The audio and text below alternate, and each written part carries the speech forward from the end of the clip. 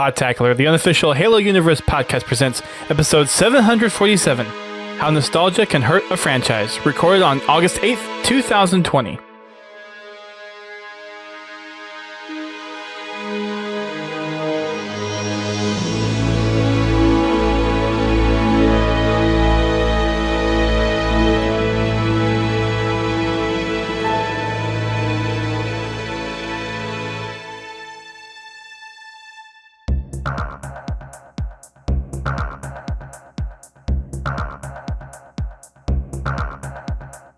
Hello everyone, welcome to Podtacular, the unofficial Halo Universe podcast. I am your host, Duststorm, and I have a special guest with me on this off-schedule podcast.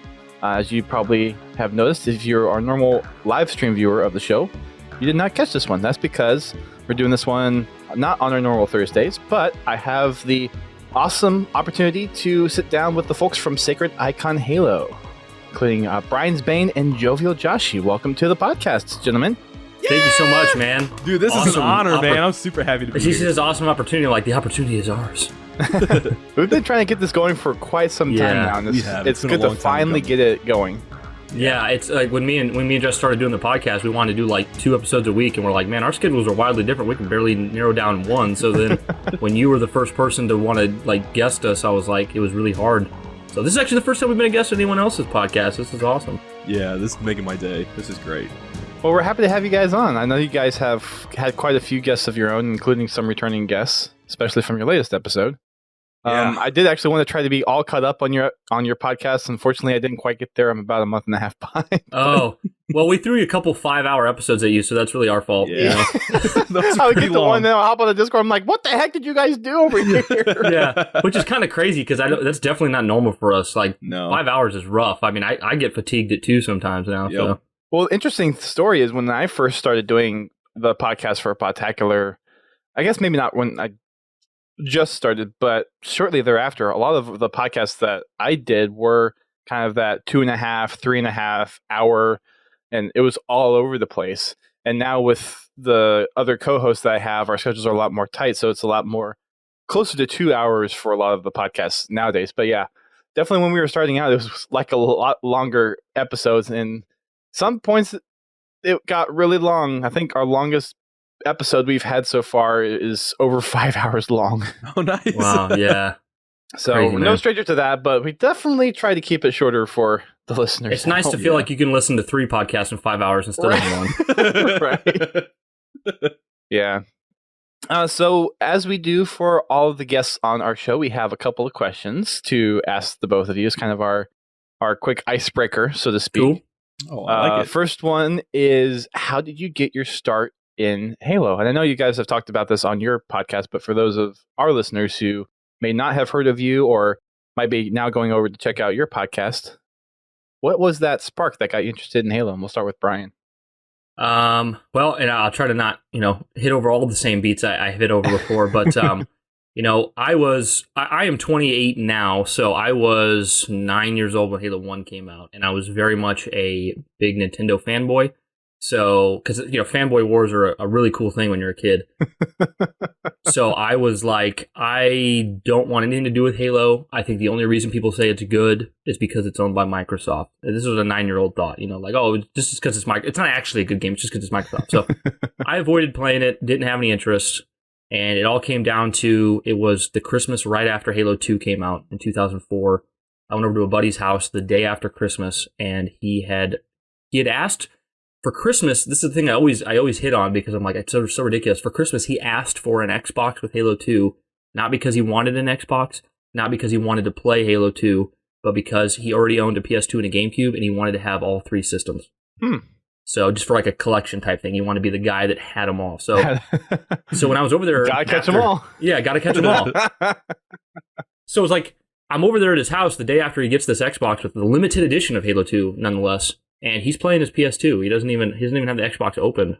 So I was like, well, everyone's been talking about this Halo game. Maybe I'll just give it a shot. Can I try Halo 2? He's like, oh yeah, sure. So he goes and he hooks the Xbox up out in the living room, and I start playing Halo 2, and I'm having a pretty awesome time playing Cairo Station, but it's mostly when I get to Outskirts that I start to see, I start to be able to drive a vehicle, and I start to see kind of some more of the sandbox elements of the Halo universe, and I'm floored. I'm literally floored. I'm like, this, because like at the time, my favorite game of all time was Ocarina of Time, which is still one of my favorite games of all time. But I was like, this is the best thing I've ever played. I'm like, there's cinematic storytelling. There's these different characters, and I'm like, this Master Chief guy is really badass.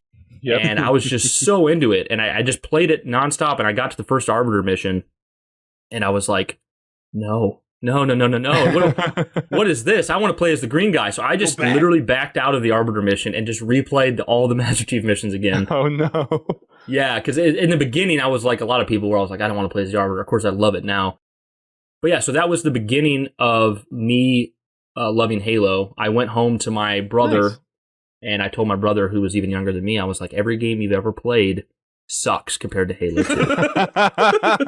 Trust me, those it are some sucks. Strong words. Yeah, and we'd played really good games. So, but then since I was like, I was at the time of Halo 2, I was like 12 years old. So I had to really, push my parents to get me an Xbox. It was about 8 months later on my birthday. They bought me. I went outside to the car, and they had an Xbox with a new copy of Halo 2 and an X controller in the back. And me and my brother started playing co-op. And it was just this euphoric, like, yeah, this is the best game ever. And as we've said before, Josh and I both have been, quote unquote, in the Halo community in the fact that we are fans of Halo. We've been on Bungie forums, 343 forums. We knew of Podtacular back when it started, but we just weren't a part of it in the sense of having any face or anyone knowing who we are, So It's one of those cases where it's like, yeah, we're new to the community, but we've also kind of been here in the background, like many people are. So yeah, Halo's been a thing for me since 2004. But yeah, that's pretty much my story. Josh, if you're... Yeah, mine's going to pale in comparison because that's like one of my favorite stories. Brian can tell me that like 100 times, and I just never get sick of it. I have told you 100 times. Tell me it from Creighton's like his brother's perspective and stuff. Like I want to hear it. Mine was in, I think it was 2002 because Brian's first one was with Halo 2. Mine was with Combat Evolved, and I remember my grandpa had like one of our nephews over, and I remember he had. Do you remember back in the day how you could rent consoles from like Blockbuster and stuff? Yes. Yeah. So he had rented the console for him and rented him Halo and a couple other games. And I remember I was over there with my dad and we were visiting, and he's wanting to show us all these games. And I'm kind of like Brian. I'm like, Xbox sucks. I'm like, I got a PlayStation 2 and stuff, and I'm happy with that. It's got all the games I want.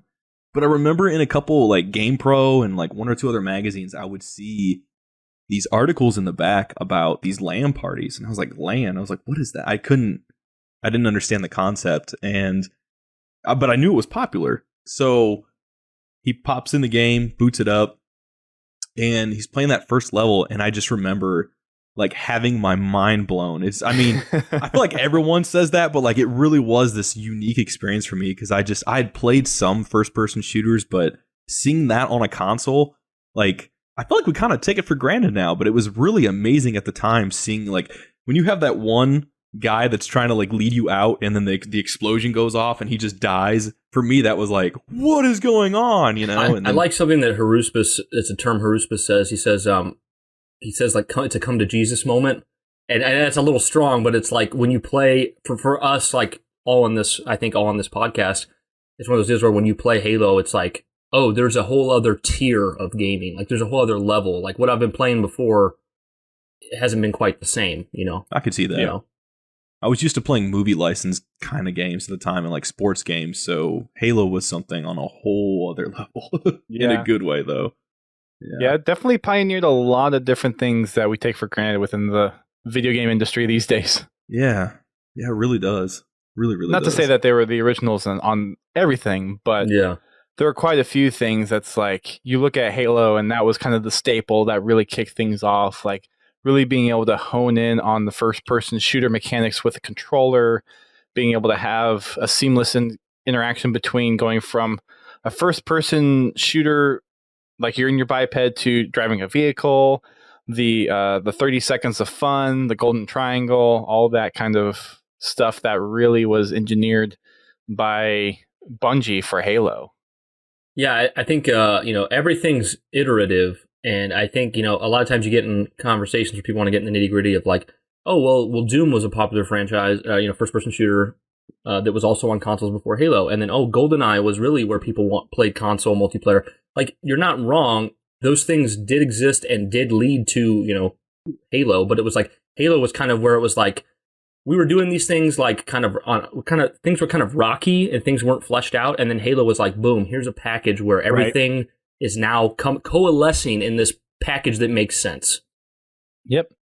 So the second question that we normally ask our guests, which we're kind of in a quasi state with this podcast because normally we would interview you all and just talk about everything that you guys do, but we actually have a purpose for this podcast. We're actually going to do a dual cast. So we're going to do one half of the podcast here on Podtacular, and then the second half is going to be on SacredIconHalo. So if you want to get the full discussion, you're going to actually have to listen to both. That's so awesome. I love it. But the second question is, and it's kind of already inherent by what you guys do, but I think we can expand on it a little bit. What is it that you do within the Halo community? There is the podcast, but in addition to the podcast, is there anything else that you guys get really involved with other than just doing the podcast?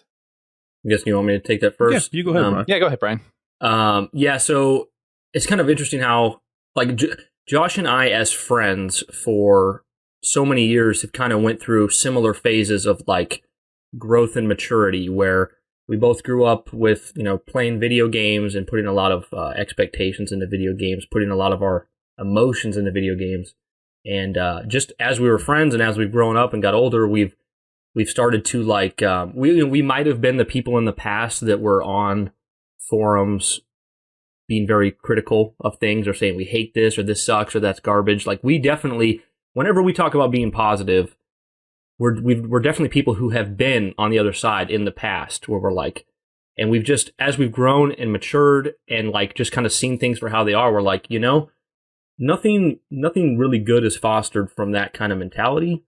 We've lived it, and it's just like we would like to focus on the positive things now. We would like to look at, what is good, and I mean, it applies to more than just Halo, but in this instance, what is good in Halo. And so for me and Josh, like, post Halo 5, trying to have a good time in the Halo community, like whether that's Twitter, podcasting, whatever. And before I even say it, I'll go ahead and say there's plenty of positive people in the Halo community, a bunch, long before we got here. But it was kind of one of those deals where we came in, we're like, it's kind of hard to scroll through anything Halo related without a lot of like, horrible, toxic, or a lot of vitriol, just things of, our conversations that are conversations between many people that last for hours upon the same things, sprint or no sprint, and those conversations are going to be had forever. I understand that. But so we were like, we just want to come in and just focus on our enthusiasm for Halo and the things that are good about it. And it mostly started as me, I was trying to do some blogging and stuff like that. And of course, without any Sacred Icon Halo hadn't been created yet. So when a guy named Brian posts a blog on Twitter, I mean, one person reads it, and that's Josh.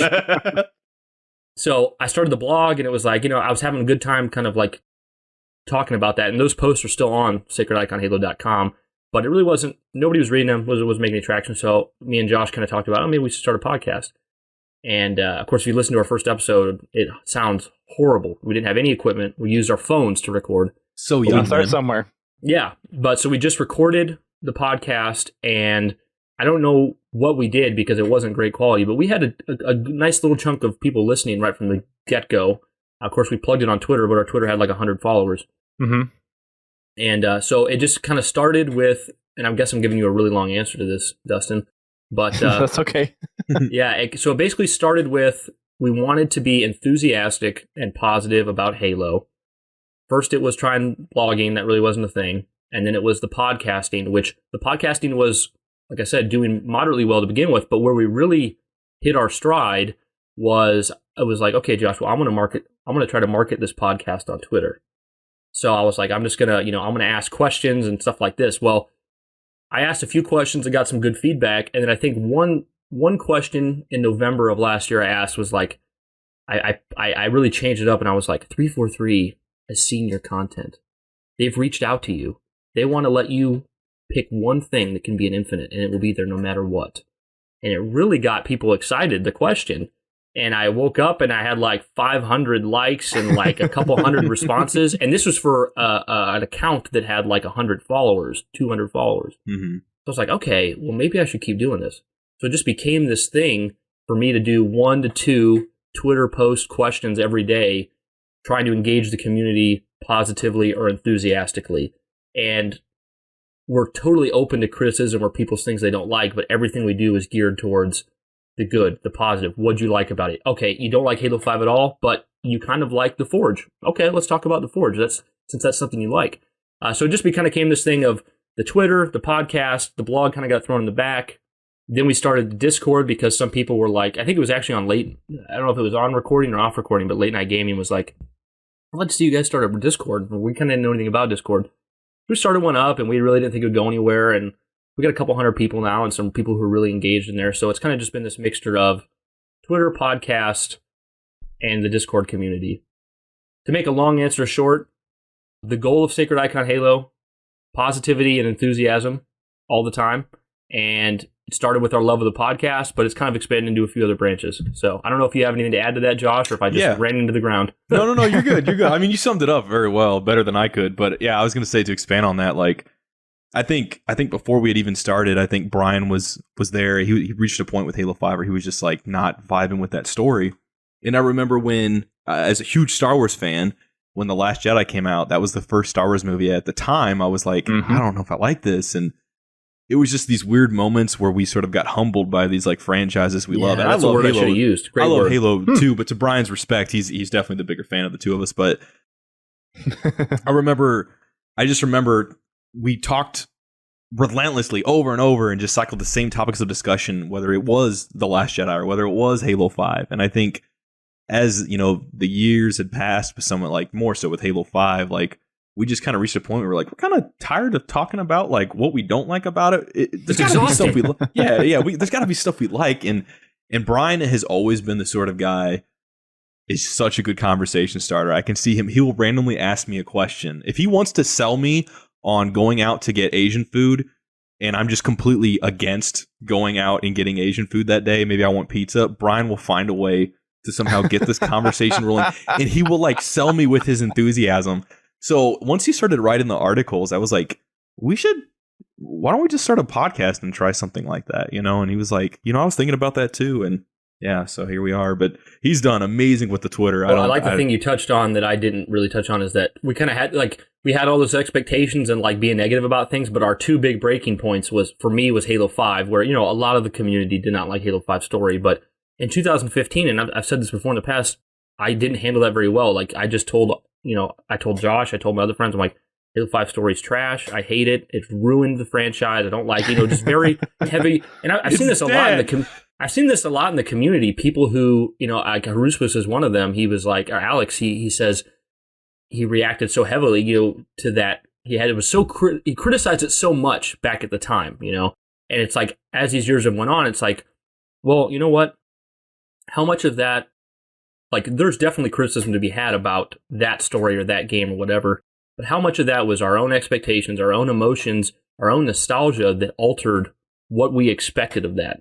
So now, and then Josh, he kind of hit the same thing with The Last Jedi, because Josh, you know, he grew up as a kid thinking, oh, Luke Skywalker's going to be this badass. He's going to do some crazy ass duel. He's still a badass in his own right. Yeah. But like the way he was presented in The Last Jedi was not what he was expecting. So at the time, he felt very, very emotionally upset about how that was handled. And I was very upset about, you know, Halo 5. But as the years went on, it's like, yeah, like Josh is like, we're so sick of talking about the negatives. And you go online and you hear the same things talked about over and over again. If we all talked about Last Jedi right now, it would sound like literally every other person who's ever talked about it. So we're just like, let's talk about the good things. And then we ended up finding out, like, man, we love Halo 5 for a lot of reasons. You know, that's not discounting that the story was less than what we wanted. And that's not discounting that The Last Jedi wasn't what Josh had wanted. But it's like, there's so much to love there. And once we started focusing on that and just like going into new products and new releases with the expectation that there's going to be some things we like and some things we hate, it's just made life so much easier. Yeah. No, I wish a lot more Halo fans were like that. And unfortunately, Halo's in the position where a lot of people call out Halo fans as very toxic and very negative and very confrontational in the gaming industry. And it really sucks because there is such a facet of Halo that is so amazing and so awesome. And if you look at all the different ways that Halo speaks to different people, it's like, stop wasting your energy on being negative and find something that you enjoy. And if Halo's not your franchise anymore, there's nothing wrong with that. Halo isn't Halo because of what you think it is. Yeah. It's Halo because the folks behind the game made Halo. Yeah, 100%. And I think it just goes without saying, like, that's kind of why I wanted to make it clear in the beginning. I was like, there was a lot of people, a ton of people doing really good things and being really positive before we ever showed up. That's why I wanted to make that clear, because one thing I really also don't like, and I think people think they're doing something good when they say this, and I respect that they're trying to do good. But I think when people, make a tweet, make a video, make a podcast talking all about how toxic the Halo community is, what they're trying to do is say, hey, I don't like it, I want to be positive. But when they just focus on talking about how toxic the community is, they're kind of fostering the toxicity. They're contributing to it. Yeah, they're adding fuel to the flames. Unintentionally. Yep. So for us, it's like we want to just talk about, there's a lot of, look at Podtacular's been here for so long. Look at all these other podcasts. Podcast Evolved. I could go on and on. I could name, people who are doing blogs. Alex doing his articles. I could just name so many people doing good things. Like, let's just talk about them and focus on them. And that's kind of the thing I noticed too, like when running the Twitter, is like, if I get 300 responses and 100 of the responses are really negative, if I don't, and this isn't because I have anything against anyone, but it's like, if somebody responds by saying 343 is trash, if I don't like or comment on their tweet, it never gets noticed. But what your instincts tell you is, I want to go and defend them and say, 343's done a great job. It's not for everyone. I want to talk to them about it. But if someone's entering the conversation with that much of a hot, blatant take, it's better to just not acknowledge it. And then what I'll do is somebody else will post, they'll go, 343, I don't like their stuff as much as Bungie, but I can really see they've worked really hard. And I definitely loved what they did with Halo 4, or I loved what they did with the multiplayer here. I'll like their comment. I'll engage with them. So that way, when you come across SacredIconHalo, you see that SacredIconHalo is having all these conversations, interactions with all these people that are saying positive things, and none of the negative stuff's getting brought to light. Yeah, because I know, and Brian, tell me if you disagree, but I'm pretty sure you feel the same way. But it's like, I totally understand any criticisms out there. Brian can tell you, I felt like the most frustrated person in the world when I got MCC at launch night. As a big MCC multiplayer, night, yeah. Like, he's more campaign focused. I tend to be more multiplayer, and we still, that night was rough. That was really rough. Yeah, it was so rough, and I just was devastated because I was super looking forward to that. Who wasn't though? But and something to note on that too is there's nothing wrong with being disappointed or upset, especially if 100% your expectations have been drummed up to a point from the studio or from Xbox that, hey, this product is going to be great. You're going to have such a fun time. And then when you don't, it's okay to be frustrated. It's okay to not be excited because something's not working. Like, there's nothing wrong with criticism. There's nothing wrong with going with a gut feeling and saying, no, this just actually sucks. Yeah, no, yeah. I'm really glad you said that, because I think sometimes we forget to touch on that enough. MCC came out. It was a product that didn't function properly. If you're angry, if you're upset, if you want to tell 343 you're disappointed in their product, you don't think it was right that they did that, you want a refund, whatever, you don't want to play it, you're unhappy, tell 343 that. That's true. That's honest. It's not going to benefit anyone if you just tell 343 everything they do is awesome all the time. But there's no point in saying, I hate 343. I hope everyone there loses their jobs because you got to have a middle ground. Yeah, you're no longer providing criticism and sharing your feelings. You are now being hateful, and honestly, we can only imagine the people at 343 just tune out that kind of stuff, because how can they gain anything from that?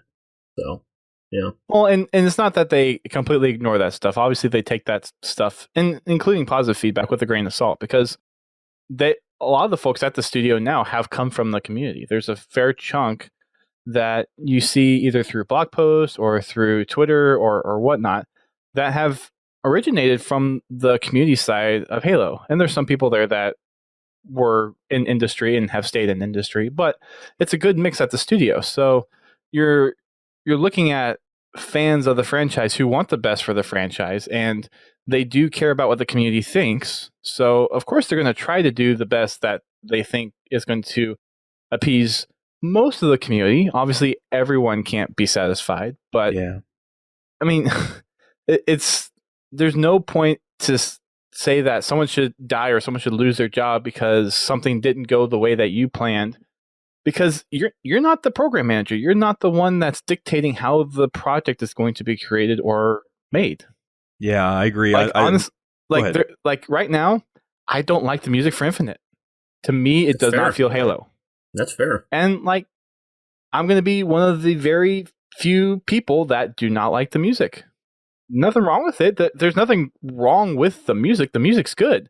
To me, it just doesn't invoke the feeling that I get with other Halo music from Marty, totally from Stephen Rippey, from I forget who the composer for Halo Wars was, but like all those soundtracks to me had some kind of excitement and enthusiasm built behind it that really flowed well with the gameplay. For me, this music doesn't. Doesn't mean the rest of the game is going to be bad. Doesn't mean I can't enjoy Halo. Just means that that's one part of it that I particularly don't like and I can't relate to other people with. Do you think it's possible if you hear it like in the game and they see it in context that you might be able to like it more, or do you feel like it's just kind of like from the outset? I actually have a long write-up that I need to put on a blog or something, because I was actually talking with a couple other Halo folks about why it didn't really fit well for me. And part of it, like listening to the music in gameplay during the demo and even just as its own separate pieces, there's facets of it where it seems like it touches on Halo, but then it doesn't really have that integrated feeling. Like whenever you have the music that kind of enhances your gameplay, I felt like in certain parts during the demo, it kind of tore me out of gameplay. Like when you're going, so for the example, one of the examples I used was when you're going up the lift and you're getting that vista, like some of the stuff that I was feeling at the time, and I won't try to spend too much time on this, but what I was seeing at the time was like, okay, I want to be excited to like explore new spaces. But like I already knew that we were kind of in this down state of like we've been defeated and Chief's already going out on the mission to try to destroy these anti-air batteries. But as we're going up the lift, there's this part of the music that kind of just gutted me and brought me down, and it jerked me out of the emotion I was feeling. And that clashed with what I was expecting. It didn't enhance it. I think there's like, and obviously I do like the music that's been released personally. I have really enjoyed it, but the one thing I can definitely say where I relate to you, Dustin, is I think Josh kind of touched on this a bit too, is in that demo, it seems rather quiet a lot of the time, and then the few moments where music does play, it seems much more taking a back seat than it has in other Halo games. In other Halo games, it very much feels like it feels like the gameplay and the music's kind of coming together. Whereas even in my own personal opinion, someone who likes the Infinite music, watching that demo, I felt like the music felt like it faded into the background more in a subtle way than it did, heighten the gameplay. And I assumed that has to do more with the fact that it's a demo and maybe it'll be more integrated later. And I've also touched on in a prior podcast that I think they might be taking, and this is just, I'm completely pulling this out of my back pocket. 343 said nothing of the sort, but to me, it kind of reminds me of Breath of the Wild, because Breath of the Wild was a Zelda game that went open world and made it so instead of just doing your typical going through dungeons and having the structured story, it was this open world game where you could kind of approach everything in the way you wanted. So the music, in my opinion, and I think it's kind of known, is different in Breath of the Wild because the music needs to make up for the fact that you could be doing anything at any place at any time in your own free will. So the music, and that's kind of more ominous. It's kind of more in the background, where in prior Zeldas that are straightforward, it's much more pronounced. And I kind of get the vibe maybe for Infinite, because we're going to have so many open world sections where you're approaching things different ways, they may have purposely changed how the music matches with the gameplay, if that makes sense. I don't know. And you could very well be right. And honestly, I won't fully know until the game comes out and see how the full soundtrack plays together with the game. But I actually kind of have the opposite feeling of what you're having. Like, even though the music in some of the older Halo games is more pronounced, to me it enhances the moment. It enhances the emotion or the excitement or the fear that you're feeling with any particular part of a mission or I that agree kind with of that. thing. Yeah. Whereas this one just felt like it kind of, for me, emotionally clashed. Okay. And when it did that, it was like, that was a jerk out of like, whoa, that something does not feel right there. Yeah, that's totally understandable. Yeah, I think for me, it's I relate to what you're saying. I think for me, it's less of a clash and more of a. It feels more separated. The music feels more separate. So I guess I guess you could say that's kind of the same word. I but get that. I get what you're saying. I definitely feel like it's always been more the type in past Halo games where it's supposed to sort of complement the sort of like flow of the pacing, and you feel that as you're exploring or seeing these vistas and stuff like that. And I mean, yeah, I kind of felt after I watched it the first time, I was like, you know what? Parts of this were quiet, and then when the music hit, for me, it was like, okay, I enjoy this music, but it doesn't quite have that boom. I don't know, like that grab me effect because it's just so different. And I mean, I've listened to, I think it's 2 tracks now that they've released, right? Yeah. Yep. And I've listened to the 2 of them, and I mean, I'm definitely in I'd say a pretty good middle ground with it, like where I'm not really blown away, but I still really like it. But I kind of gotta get a feel for it more because I think I've had this. I'm interested to see how it's going to flow. Like Brian said, like sometimes it does feel quiet. Like I'm so used to it being the opposite. I'm so used to the music playing and telling me how to feel. And I'll be like, yeah, I do feel like that. I do want to kick ass, or something like that. So it's definitely different. See, I think, and actually this is a great example of kind of like when we were you were asking us, what we do with SacredIconHalo.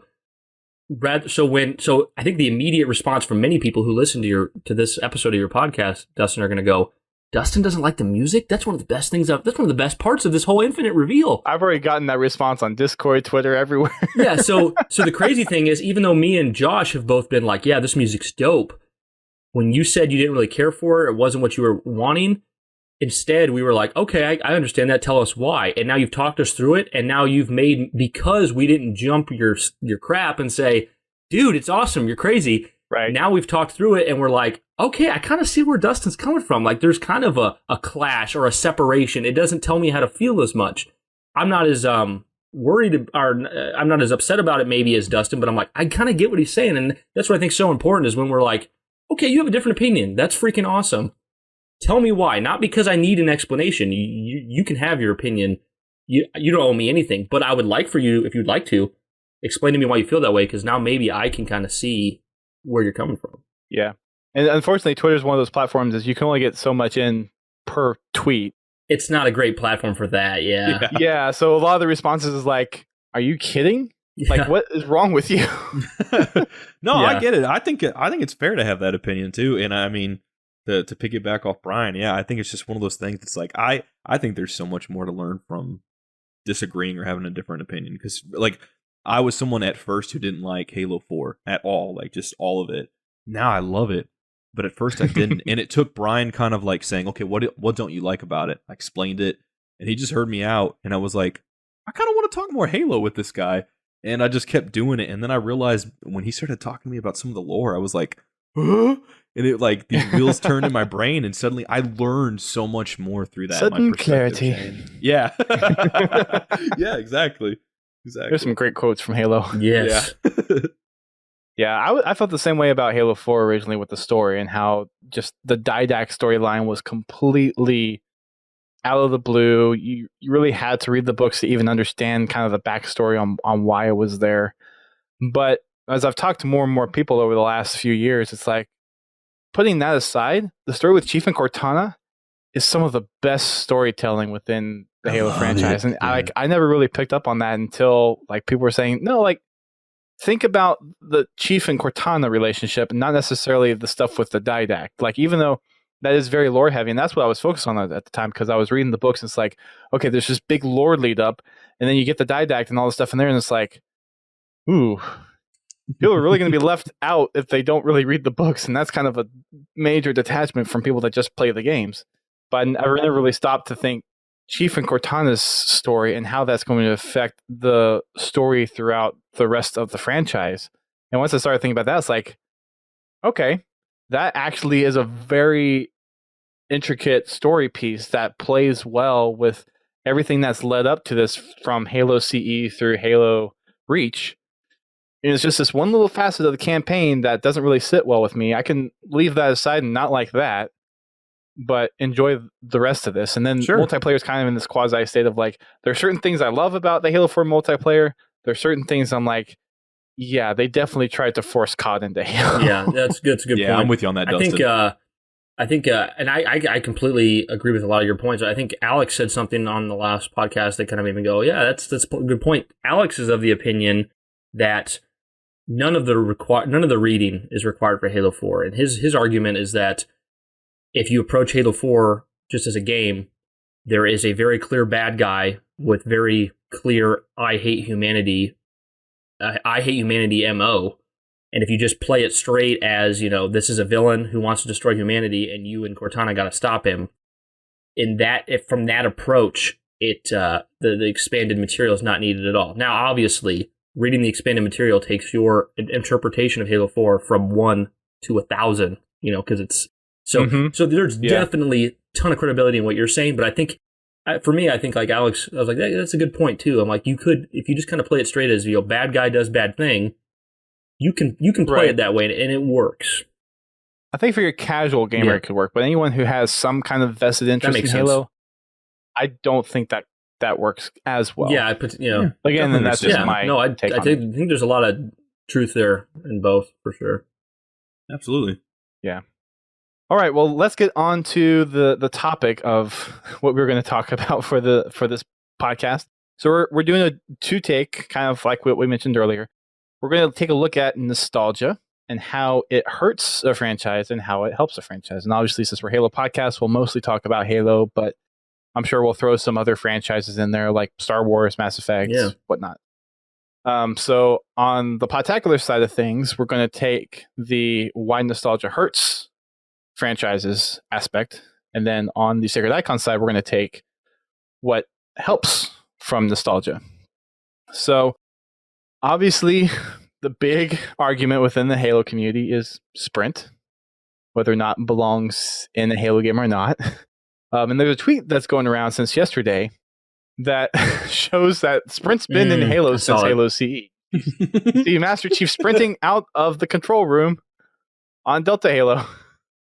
So even though you might not have been able to Sprint has been in the game. She's been booking it since 2001. Yep, exactly. So yeah, there's definitely certain aspects of nostalgia that hurt a franchise.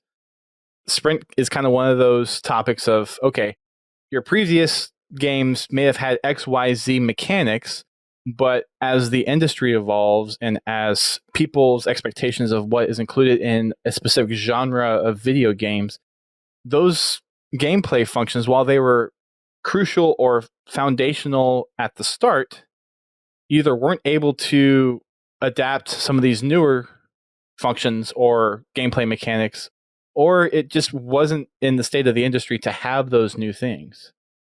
So that's definitely one of those things where you can't hold on to the past. Yes. Yeah. You'll get stuck in the past and you will not grow with new fans and new game mechanics that add a lot of value and a lot of different ways to interact with the same franchise. Definitely. Well, I think it's interesting if you look at when Halo 1 came out on console, it was doing things, it was changing things that weren't supposed to be okay. Right. At the time, and I often forget this, but like growing up, for me, every time I played a first-person shooter, I was used to having my entire arsenal on me the whole time. Like I have 9 guns that my one dude's carrying around. And then Halo's like, no, you get 2, and you can constantly choose which 2 you have, but you only get 2. And then they're like, okay, you can always melee, you can always throw a grenade. You have a dual stick shooter. Like a lot of the shooters you played had one stick with a button to pivot, the direction up and down or whatever. So, and then there's also like this whole thing of your console. You can buy this thing called an Ethernet cable, and you can connect your consoles together and do this LAN networking thing. And it's like, all these different things that Halo was doing, it was like, you don't do this. This is not what we've been doing the last few years. Like, this is not... Now, I know Halo is a new franchise. You're trying something new and we don't like it. Exactly. So I know you can give a little bit more credibility to the fact that it was a new franchise, whereas the whole like sprint, no sprint argument is within the same franchise. But, it's like, how how is that game and that series, that franchise, supposed to remain relevant if it's only allowed to do what it did in the beginning? And I think of the games that I enjoyed playing growing up, like Super Mario 64. I loved Super Mario 64, and no part of me as a 5-6-year-old playing that game wanted them to make it a 2D side scroller. Like I'm a new generation. I'm a new person experiencing Mario. For me, I want Super Mario 64, and I want all sequels to Super Mario 64 to be 3D, to have that camera control movement. But how many people were going who are like maybe they're 30 when Super Mario 64 comes out? Mario is supposed to be side scrolling. Like, what makes a good Mario game? Proper side scrolling, proper being able to have this field of view, blah blah blah blah. And they could make really strong points, and they wouldn't be wrong. But does Mario need to be the same thing forever? And also, is if I'm playing games like Crash Bandicoot and Spyro, and Mario's only allowed to be a 2D side scroller, as a new generational kid, am I going to gravitate towards Mario? I'm going to be like, these people are going full 3D. Like, this is really cool. I don't know. Have you seen Mario Maker and how popular it is? Don't be wrong. 2D Mario is dope. But it's like, if one franchise never evolves and never changes, it's kind of like the whole, and I can't believe I'm going right into this already, because I've said on record I hate talking about Battle Royale. But if you look, and I'm not a Battle Royale fan, but if you look at the entire market right now, you got things like PUBG, Apex, Fortnite. Now Call of Duty has a very successful Battle Royale.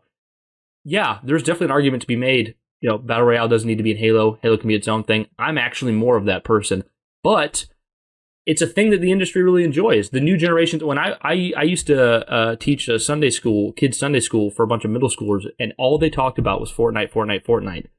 Halo, like, to me, Halo's so much cooler than Fortnite, but they're not a part of my generation. What's so cool for them is they get online with their friends for free, and they do this giant open world battle, and they scavenge for guns, and they build stuff, and like, that's way cooler than Halo to them, and they're not wrong. So like, how do we're going to continue to get older. We're going to have families. Don't say it. Yeah, unfortunately. I'm going to get older. We're going to have families, children, responsibilities. Our tastes are going to change. Our time's going to change. There's going to be a point where, they do internal statistics on this type of thing. There's going to be a point where they go, oh yeah. They go, okay, Dustin, who is, now 50 years old, is likely to maybe buy our $160 game once every 3 years. But if Halo appeals to someone who's turning 18, we've done the statistics, they're going to buy the game, the DLC, the collectibles, the shirts, the hoodies, everything. Like, they can see that the audience is going to be much more likely to spend money at this age or whatever. So why not make a game that stays true to itself, but also says, okay, we can change it up. We can make a game that's accessible to these kids. Don't want to. How many kids want to go from Fortnite to playing like Coagulation on Halo 2, where there's no sprint, you got, 16 players only, like, and of course there's going to be a lot of, and I'm kind of going around in circles here, but there's going to be people out there who go, well, if they want that, they can play Fortnite. You're right, but Halo is a product. Halo is something that if you want it to continue and thrive, it needs to captivate new people. So I think we're, to sum this up and let, Josh or one of you guys go at it, is nostalgia hurts a franchise by, the people that were really, that Halo revolutionized gaming for them. People that are like, oh man, couch co-op or online matchmaking, only being able to hold two weapons, having the triangle of the holy trinity of like, melee, grenades, shooting. This is so cool. Like, that captivated us as kids, or, some people, they were adults, of course, all different ages, but now we're 10, 20 years older. Different things are captivating people. Nostalgia is hurting the franchise by saying you're not allowed to grow at all. Yeah, I was going to say, my favorite example for this is Star Wars. Of course. Naturally. Yeah. But I always use The Force Awakens as a good reason why, a good example, because I feel like, so now I'm someone who loved the prequels, and I know there's a lot of people out there who don't. I totally understand. But when it got time for The Force Awakens to come out, even before it was like announced, people were like, if we get another Star Wars movie, we want something that's like closer to the originals. We want it to look like that. We want it to feel like that. Yada, yada, yada.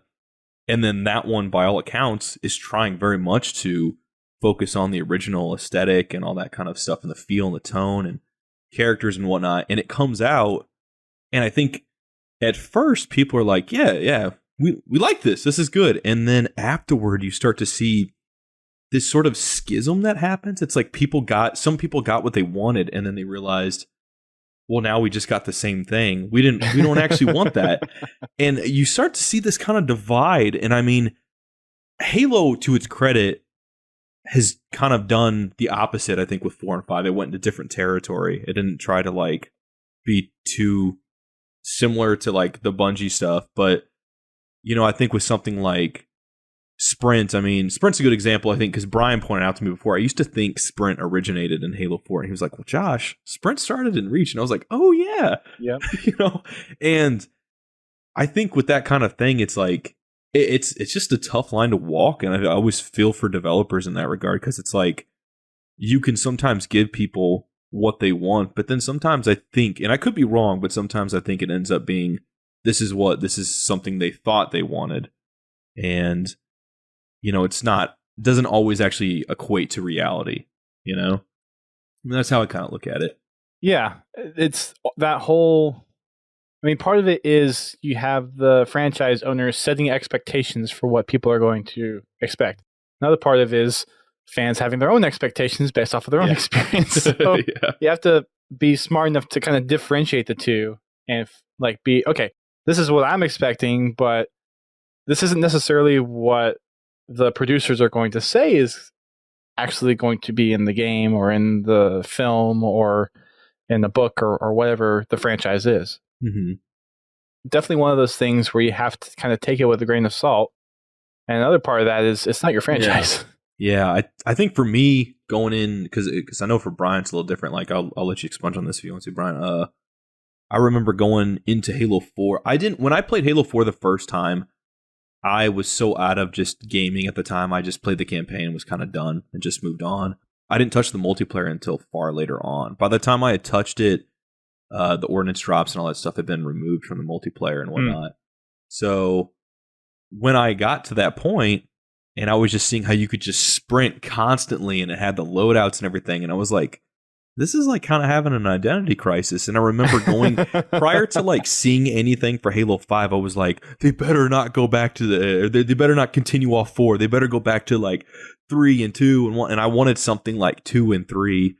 And I think to go off the topic, I think that was like a real bad fault on my end, because that was really like stopping me from the outset. I was already kind of like deciding before the game had even been shown that I was not going to like what was there. Like before, like if it's going to have sprint, if I'm going to see someone run, I'm done. I'm just going to wash my hands clean of it. Not literally, but like I'm just going to write it off because it has that. And it's like, you kind of miss out on stuff you could love. Like you mentioned earlier, Dustin, like new mechanics and stuff like that, you know? Yeah, I think another way that like nostalgia really hurts a franchise is I know I'm not the only one who's done this, but I can just speak for myself. You love the franchise so much, and it's been good enough for you for long enough. It's been consistent enough. You want it to always be good and always be consistently something you liked. And then if you arrive at a point where you hate an entry, like for me, it was in the moment, you know, back then, the story of Halo 5, it was like my brain didn't want to accept that like Halo 5 story was an eventual result of something that came after Halo. Like Halo 2 was a story I loved. It was the first Halo game I played. So like in my brain, I'm going like, if only I had known back when I played Halo 2, that was going to lead to Halo 5 story. And it's this OCD thing where I'm like, the game, I need the stories to be good. I need the game to be good all the time, because if any bad blood gets in the water, like it's tainted. So like when Halo 5 came out, there was this very like this hard thing in my brain where I'm going, the whole franchise is soured. I'm referencing 2015, Brian, who had a different outlook on life. But I'm like, the whole franchise is soured. I'm like, Halo 2 and 3 are now worse games because of 5. Or somebody else, it might be because of 4 or whatever. Or maybe it's because of 3. I don't know. But like it's like I started to I couldn't separate that the games I really liked are still just as good and relevant as they've ever been. And I think it's the same for Josh. It's like, okay, you know, Josh likes the prequels. He likes the originals. He likes Force Awakens. He gets The Last Jedi.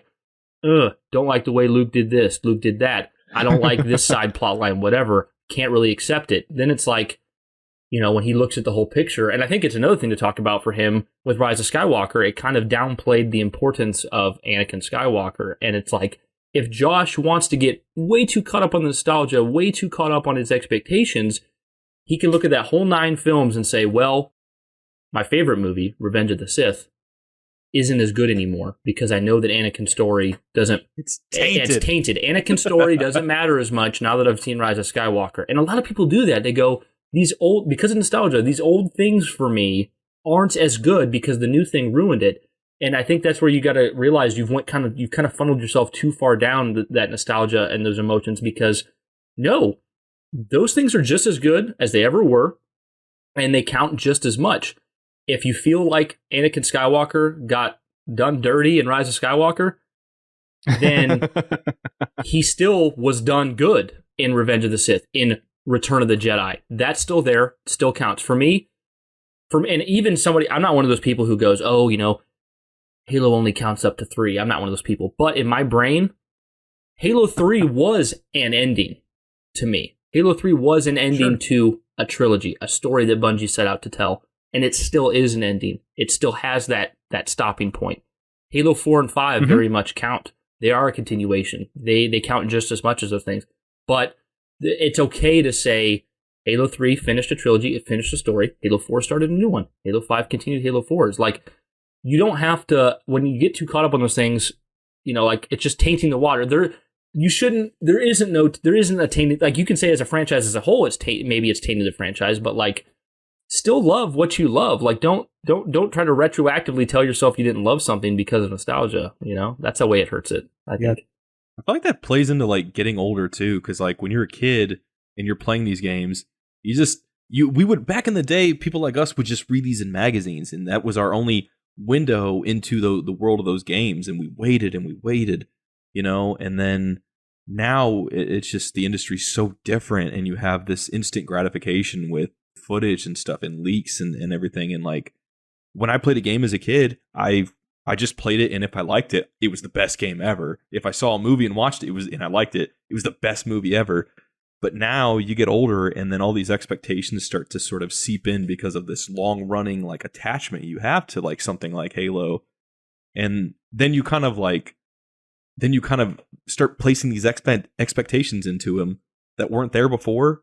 Like, I remember when Halo 2 came out, I was just like, I loved Halo Combat Evolved. I can't wait to play Halo 2. And I played it, and the Arbiter stuff was weird at first, but I was still like, what is going on? You know, I'm not playing as Chief and all this stuff, and you know, but then you get to, like, for me, I got to Halo 4, and I was like, what is going on? Why is everything so orange? I was like, why is the music? Where's Marty? Where's Michael Salvatore? You know, I kind of let my all my expectations kind of flow into that. Like, the fact that it felt different, like, I wasn't able to just accept it on its own. I was like too busy focused on it didn't live up. It doesn't feel like Bungie and stuff like that. You know, I think that was, to my fault, a big issue I was having.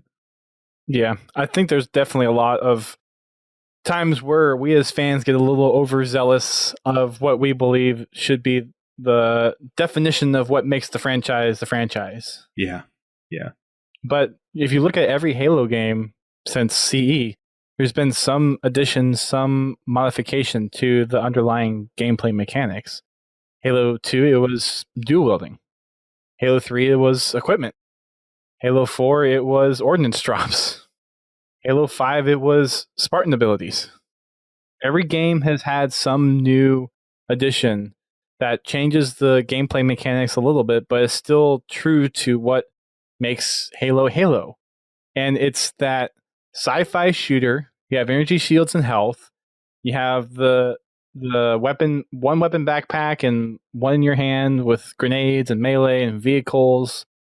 The engine is part of it, having some of those wacky effects. I mean, look at the Mint Blitz video, which is, I think, over 2 million views right now, where it's the bubble shield. And like, you don't see those kinds of experiences in any other franchise, where it's like, you just have this perfect balance of all these gameplay mechanics, and it comes up with something as gold as that. Yeah. You cannot get that in any other franchise. And if the franchise didn't evolve, we wouldn't have had that. Yeah, it's pure gold. And I think too, like we kind of get, a lot of times, and this actually goes for both being negative and positive. But like one way that nostalgia can really hurt us is you see things get kind of caught in an echo chamber. So like when I played Halo 4, I actually loved Halo 4's multiplayer. Like I loved it. I had a blast. I mean, I loved 1, 2, and 3s. I loved 4s. I just had a blast. I played all the time. And then the narrative started to come out about, Halo 4's multiplayer has an identity crisis. It has, constant sprinting. It has ordnance drops. It's kind of got a lot of Call of Duty elements. It's not as MLG ready. It's not something that can be professionally played. And people started to do write-ups and like break down what's wrong with Halo 4's multiplayer and why it's not competitive enough. And then it became this thing where even though I loved it and never had any problems with it, and obviously I'm not a competitive person, but because it was so well proven and so well known, it got to the point where now you can even see in Sacred Icon Halo tweets, it's like if I talk about Halo 4's multiplayer, it's like Halo 4's multiplayer was largely criticized by fans. Because, so the narrative is Halo 4's multiplayer either wasn't good or wasn't the best. But that doesn't have to be true for you as a person. Just because that might be the majority opinion doesn't mean that the minority one isn't worth anything. So to tie this into kind of what I'm saying is, for every person out there who's saying like, if there's sprint in Halo, I'm done, or if sprint's in Halo, I can't stand it. For every 10 people. Maybe 7 of those people genuinely always hated sprint in Halo, but the other 3 heard it talked about so often by so many for so many years that they've now got it in their head that Halo can't have sprint. So It's like, at what point are we just people are just attaching themselves to little groups? It's like, are you in the sprint or the no sprint crowd? Are you in the armor abilities, no armor abilities crowd? And it's like, some people really do. It truly is a make or break it thing. You cannot have sprint in my Halo or I'm out. But then there's 2 or 3 people that join along with, you make really good points. We can't have sprint in Halo.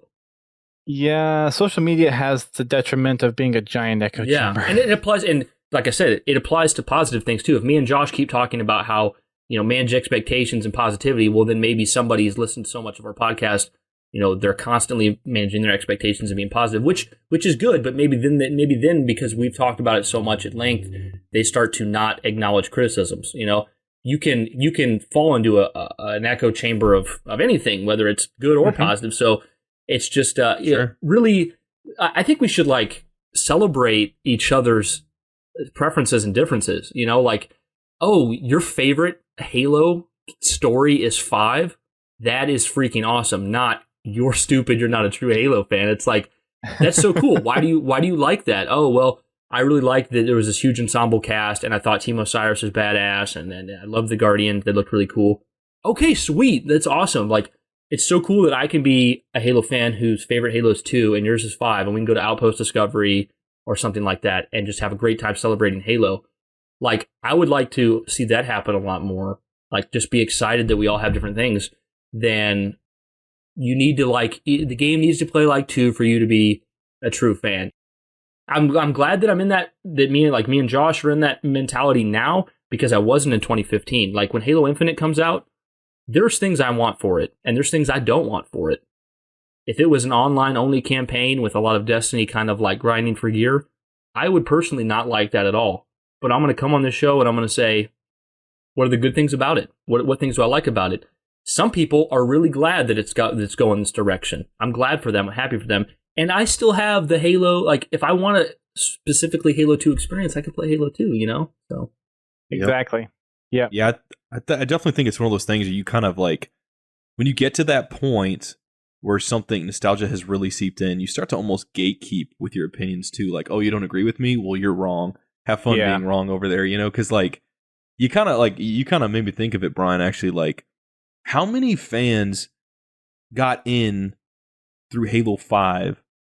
A lot. There's a lot of fans out there that got their start with Halo 5. Yeah, and every game is like that, because every game is a new generation of gamers. Yeah.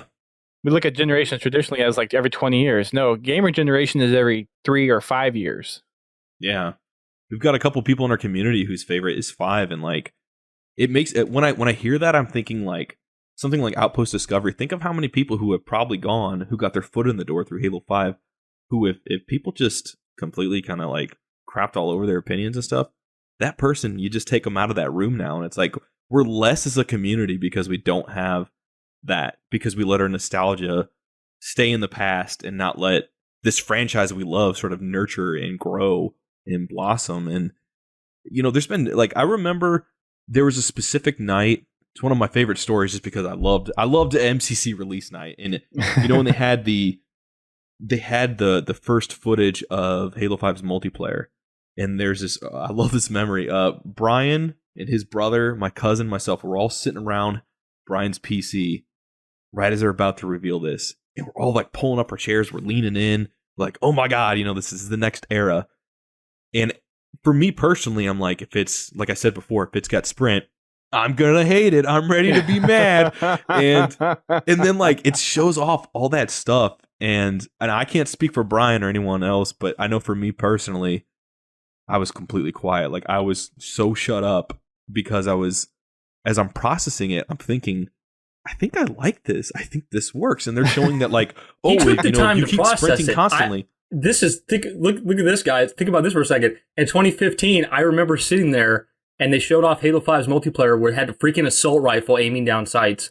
And I think the thing got done and I go, well, Halo's dead, but at least we have MCC. Like, I said something crazy like that. Like, guys, that is an insane thing to say. It's very immature. Yeah. Yeah, and not to cut you off, Josh. How was that for you, Dustin? When you saw some of the Halo 5 stuff, what was that like for you? Your first kind of impression? It was. I didn't really have any adverse like feelings towards it. It was definitely kind of one of those things where, oh, this is new. This could be interesting type of feelings. It wasn't anything where I felt particularly discouraged by anything that I saw, and there wasn't anything that overly excited me, but I was definitely curious and interested what they were going to do with the multiplayer. And now Halo 5's multiplayer is my favorite multiplayer. Yeah. I mean, just look at Super Fiesta. Yes, it's my favorite too, Dustin. It's tied for me with 2 for different reasons. But yeah, it's like the best. I love it. I love Halo 5's multiplayer. I love Super Fiesta. I hope they bring it back in Halo Infinite. You know, here's a crazy thought. There could be somebody who turns 9 years old this year, and they play Infinite on Game Pass. Let's say Infinite comes out with a Battle Royale mode, and this 9-year-old plays Halo Infinite Battle Royale, and it is the best game he's ever played in his life. And he plays the campaign, and he really enjoys the game. And then a couple of years later, he goes to Outpost Discovery. There's this 13-year-old kid who played Halo Infinite like 4 years ago, and it is his favorite game of all time. And he gets to meet Steve Downs. He gets to meet Jen Taylor. He gets to get their autographs on his Infinite copy of the game or whatever. And he just loves Halo. It's his favorite game of all time. And there's people out there who are saying if he fell in love with the game because of a Battle Royale mode in Infinite, he's not a true Halo fan. And it just breaks my heart because I'm like, this kid's passionate about this series that you also were transformed by when you played it as a younger person. And now you're telling him that he can't, his opinion is worth less, or he can't be a part of this group. Like, that's just awful. You know, it's just not acceptable at all. You know what I mean? So it's just cool that he's a part of the series now. Right. And it definitely is a detriment because you are basically telling newer fans with your nostalgia that you don't belong here. You kind of touched on this a little bit, Josh, already, but you're basically saying you don't belong here because what you are liking about Halo isn't Halo, which is completely not true. 100%. Because what is Halo to a person is different for every single person. Like, take my dislike of the music currently. Like, to me, that doesn't fit what I traditionally think of as Halo music. And not because it's not Marty's music. That's not the reason why. Because that's been some reasons of people have been like countering my arguments. It's like, of course, it's not 10 years past Marty. That shouldn't be a conversation anymore. Yeah, that's not even the freaking point. But you're excluding newer people who grew up with a different definition of what an FPS genre sandbox looks like, and you see a studio trying to evolve with the industry. The industry is evolving. The industry is not changing. And you're telling those people, yeah, I don't like you, get out. Yep. Which is completely wrong. Yeah. We want Halo to grow. We want, like, the reason we're excited about it is because we tell friends, hey, come check out this really cool game. And to have that nostalgia and be held by that nostalgia is being like, hey, check out this cool game. Oh, you like that version of it? No, you don't like Halo. Yeah. Go away. Yeah.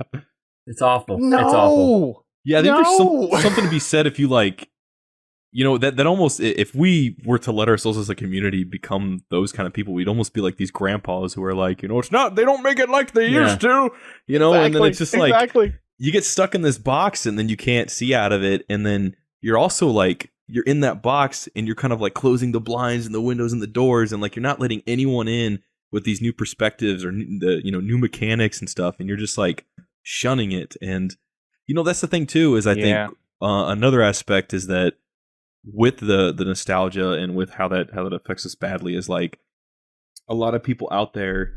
I think you kind of touched upon it, Brian, but like when you put your voice out there, whether it's like the forums or just anywhere online or like even in person, like there's some people who might like really value your opinion, and like how you communicate that is gonna like flow into how they express that game possibly to someone else, and it's going to create a chain reaction.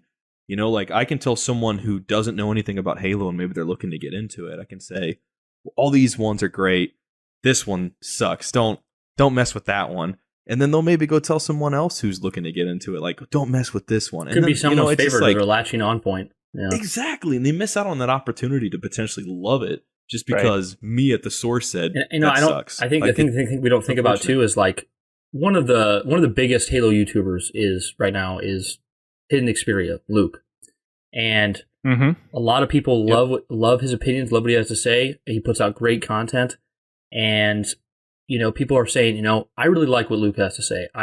That's the kind of Halo I want. I want the kind of Halo Luke. So then let's say tomorrow it's announced that Luke is hired by 343 to work on a Halo game. He is one person at the studio.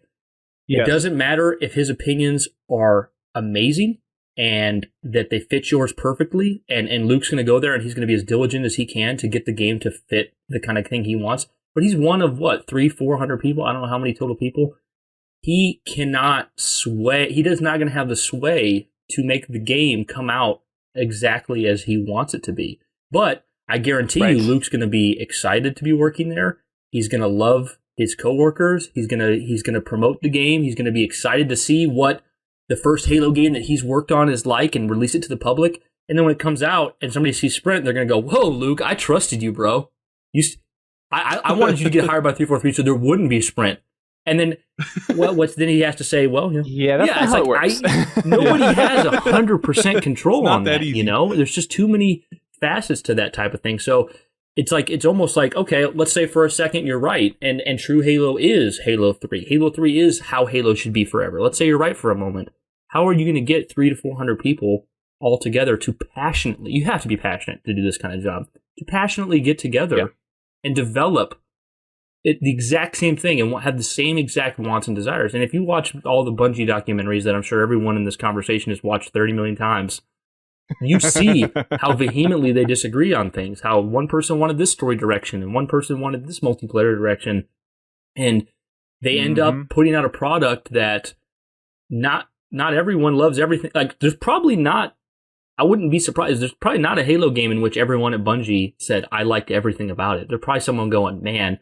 No, there's most certainly not. There's certain parts of the studio that love Sprint and think Sprint's awesome. And there's some parts of the studio that don't think Sprint's in there. But that's where it's up to your project managers to make those decisions of, okay, get a feel for what, like, there's a whole community team that's going to go out there and say, okay, this is what the community is feeling. We need to take all this into consideration. But at the same time, here's what the industry is doing. And here's what's successful. They're still a business. They still need to make money because in order for them to keep making games, They need to make money. Yeah, exactly. Yeah, that's a good point too. Because like, if they kept making like Halo run like Combat Evolved or 2 or 3, that's just not. It's slow by today's standards. You think it's something like Fortnite or even like Titanfall, where you're running on the walls and like how Call of Duty is fast. And I'm not saying you have to be like those, but the Titanfall's tempo, fast. Yeah, the tempo and the flow is so different now that like, you know, when you put yourself in the position of someone at 343 or Microsoft or even Sony or Nintendo or whatever, like, yeah, you want to. There's a part of them that very much want to appeal to the people that have been playing these always, but then it's like you want to still continue to bring new people in. Okay, how do we do that? Oh, Right. we were gonna try to make a game that literally played exactly like Halo 2 and had the same flow. Well, like, Well, I don't know if that's gonna. all you're doing is adding DLC onto a game that already exists. You're not really that's a good way of changing the looking at engine. it. You're not changing the gameplay mechanics. Okay, just add DLC. That's way easy to do. Yeah, If you want to make a game that stays current with the generation, you have to let go of holding on to exactly this framework and be able to go on to something else, because the industry's changing. Yeah, I think Yeah. if you just look at, obviously we're not game developers here that work at 343, but we're content creators and we're people who are passionate about what we do. Can you imagine if somebody, like if me and Josh were starting up and someone said, the only way I'm going to listen to your podcast is if it's the exact same structure and flow of Podtacular. If it doesn't sound and play like Podtacular, Yeah. I'm not going to listen to it. And if that was the case all around, Josh and I aren't going to want a podcast because we can't be ourselves. We can't let our own ideas creatively flow. If Right. Dustin had to make his like a different podcast, he's going to lose interest in doing it. Like he's doing Podtacular. He's not doing Sacred Icon. He's not doing Podcast Evolved. He's not doing, any other podcast that's out there. It's him. So it's the same thing. Like how many passion, like I think I really love what it was. One of the, I wish I could remember her name. I would have brought it to this conversation. I remember, but someone who worked at 343, she said, and maybe afterwards we can tag her or something. She said that, think for a moment about how passionate you are about Halo, playing Halo. Usually the people that created that experience oftentimes are more passionate than you are about that because they made it their career goal to get to a point where they can have a creative investment in it. They're the ones creating it. So, consider for a moment what it feels like when you stomp all over that or say you hate a thing. Like, people have to be creative and passionate to put out a good product. If Microsoft said 343 is going to make different variations of Halo 3 for the next 20, 30 years, these are game developers. These people are not going to want to flock to 343 to continue to ape what Bungie put out in 2007. That doesn't make anyone creative juices flow. Yeah, why look back constantly? Like, you're not going to do anything new if you're just constantly looking behind you. Exactly. I don't even think I would want to work. I would want to work there if we were just purposely making Halo 3 till the rest of time, because I'd be like, what can I bring new to the table? I can't offer a new idea because we're just making Halo 3. It's like, this formula works. Let's keep trying it out again 10 years later. Why isn't this working? This worked before. Yeah, and you know what? Honestly, if they made a carbon copy type Halo 3 with the same mechanics and shooting and everything now, it would probably do well enough to justify the development. But is that what Microsoft, is that what 343 wants to do, is just continue to get by and just like, this is enough to sell that we can continue to make games, but like they're, these passionate people, they're looking at the industry, they're going, man, look what Apex Legends doing, look what Fortnite's doing, look what Death Stranding's doing, look what Horizon Zero Dawn's doing. That's really cool new work. Those are cool characters, cool stories, cool modes. Like, I am so, creative people are drawn by other people's creative work. It influences them. It makes them passionate. They go, I want to create something new. I want to create something passionate. If they're looking out at the industry and they're seeing all these new experiences, and then they go into 343 to just continue to build another copy of Halo 3, they're gonna respectively leave and go to another developer where they can let their creativeness flow. It's just, yeah. Yeah, I remember, like, for me, I remember thinking, like, I was really harsh on Halo 4 out of the gate. And at the time, I felt like it was justified. But it's like, we don't give enough credit to them, I think, as a community overall. Like, I love 343, but I think even in the past, I didn't give them enough credit, because it's like, these guys aren't just people who have been, like, 343's not been around for, like, 20, 30 years, like some of these other studios and stuff like that. Like, these guys started not too long ago still, and they inherited one of the biggest IPs, of all time. And you're taking this new sort of like, you're taking all these new people and you're bringing them all together and you're saying, okay, remember that Halo franchise? Okay, we want you guys to continue it. And like, here's one of the biggest games of all time. Go. Yeah, exactly. I can't imagine what that's like. And I think some people just play those games and forget that they, the 343 that's on the box, and they would play something like Halo 4, Halo 5, and they just be like, they're so stuck in the old ways that they're just forgetting that this is a new team with new ideas, trying to find a way to respect what's been done, but also make their own version of it. Because like Brian, like you said, like you don't want to just get stuck making someone else's game in your own way. Like that's just, you don't grow even as a person. Well, and take the mindset of, okay, if it was Bungie, like look at 343 as a split off of Bungie. And maybe you had two different sides of Bungie, one that was the Destiny side and one that was still did the Halo side. Put 343 in there, you put the Bungie logo on every Halo game that's been ever made. Does your perception change? And for some people it probably would be, because like, oh, that's Bungie. Bungie started Halo. They have this idea. They're good with it. Yeah, I mean, like you cannot get tied up in the fact that it's 343 Industries stamp on the box instead of Bungie. The truth. Yes, Bungie did amazing things to bring Halo to reality, and what they started will live on to be a legacy. No doubt about that. But you can't look at the company. It's the people behind making the product that really is the important piece. 100%, dude. And the product that comes out is a culmination of all those specific people's work to make that product. Yes. And that's what I've said before on the podcast. I'm like, if Bungie announced that they were partnering with Microsoft to make their own Halo nowadays, there might be some noticeable DNA type things you can tell that's like, oh, this does feel like a Bungie Halo. But hugely influential people to those early titles, Marcus Leto, Marty O'Donnell, Joe Staten, Paul Russell, Paul Bertone, I can keep going on, Jamie Grisomere, none of them, not a single person I just listed is at Bungie anymore. None of their influence will be on that product. They're not going to work on it. So you're going to get something different because you have different people working on the game. And you're going to how many people work? Bungie's last Halo was 10 years ago. How many developers work at Bungie right now who played the Halo games as fans and then got a job at Bungie? Like they're not reflective of the team that worked on Halo in 2010 or 7. They are new blood. Well, some of them are. Yes, definitely some of 100%, yeah. But I'm just saying, like, all the new people that have been hired in post Halo Bungie, those people had zero influence on Halo, and they're now new. So, like, why would we think for a moment that, like, the name attached to the box, like you're saying, Dustin, is going to make the difference in how the game's going to be? Right. You have people that are passionate about making the game. You have people that have it in their best interest to make a game that fans will enjoy. So it's not like 343 is actively out there looking at feedback and saying, nope, they're just wrong. Yeah. Like that's not what that would wreck them as a studio, and they wouldn't be a studio anymore exactly. if they did that. And to take it back around to the BR discussion, like, yes, Halo doesn't need a BR, but Halo would so much benefit from BR because the universe in which it's been created allows for that better than any other franchise, I think. And to take another example, Firefight. We wouldn't have had the joys of ODST Firefight if it wasn't for other games, namely Gears of War that came out with Horde mode.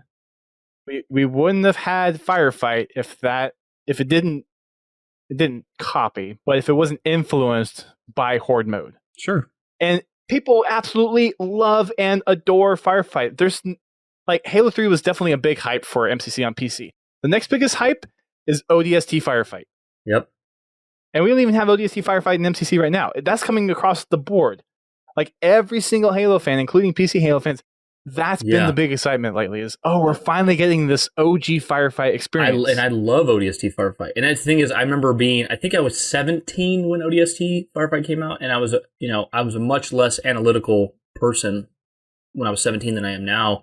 And I remember playing ODST and going, oh, this Firefight, this is okay. This is their version of the Gears of War 2 thing. This is bad. This is cool. This is badass. Like they're just doing like I wasn't the super analytical, like aware of the industry type person, but it was obvious to me. I'm like, Gears 2 Horde came out in 2008.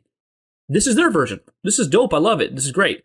Of course, as I get older, you start to get more jaded. You get more analytical. You go, oh, they're trying to do what someone else does. That's not Halo, But how many people who, like I said, how many people who are younger right now? Maybe, and you don't have to be younger, but maybe there's a 12-year-old out there right now who's excited for the next Halo, and they're like, well, there's a mode called Orbital Drop Shock. It's the mode. Kid plays it, and he's like, you drop out of pods, and there's like the Halo ring keeps breaking apart until it gets smaller in the middle. This reminds me a lot of they're doing their own Fortnite thing. Yeah, this is badass. Yep. I love this, And he never thinks more of it. And then there's so many of us who like haven't even played the game yet, and we're like, "There's a BR Halo's dead," Writing it off. Yeah, it's a great point. Yeah, now, I'm definitely someone that would be open to that because I think for the same reasons we've said, like that like the opposing. I guess the well, I can't think of the word for it, but anyway, the opposite of what we've been saying is like.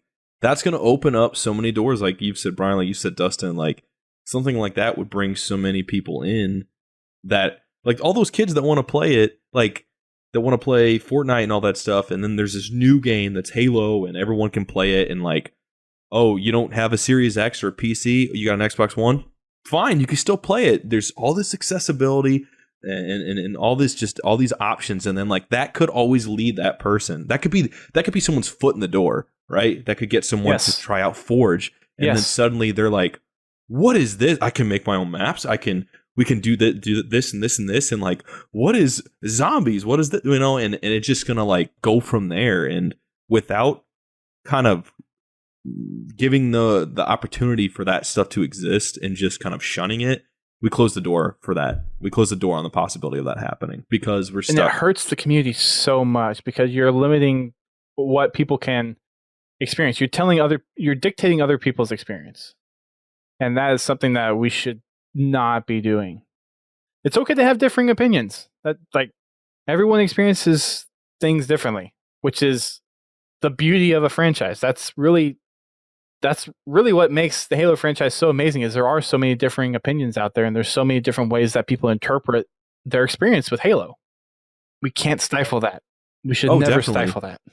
Brian and I don't mention Forge a lot on our show just because we've never personally played it too much. Like we've messed around with it, but like that's never been a big focal point for us. But you think about the people that have played that and the huge Forge communities that are out there and like Sean at Forge Labs and stuff like that. And like people who just go crazy with that stuff and you see what's out there and it's like, there's this whole other facet of Halo that we're not even experiencing. I don't know that I'm not experiencing personally, but like that grabs people. And some people like, okay, when Halo 5 came out and it didn't have Forge at launch, for me personally, selfishly, I'm like, I don't mess with Forge too much. No big deal. Multiplayer's there, campaign's there. I'm good.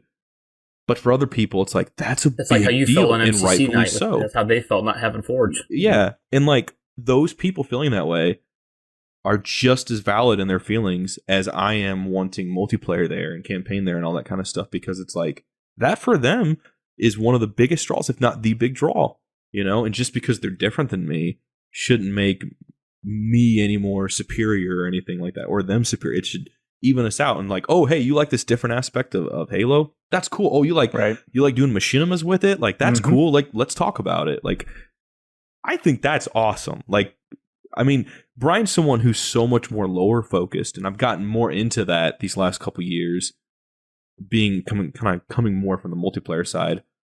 But I've done that because I've been someone who I enjoy the multiplayer because I love the campaigns. So it like complements the other, and him kind of talking more about that stuff, just letting me kind of like not be as into that. I felt a sense of acceptance, and I was able to just I wanted to get more immersed. I was just feeding off. Brian wasn't trying to sell me or convince me. He was just talking about why he loved it.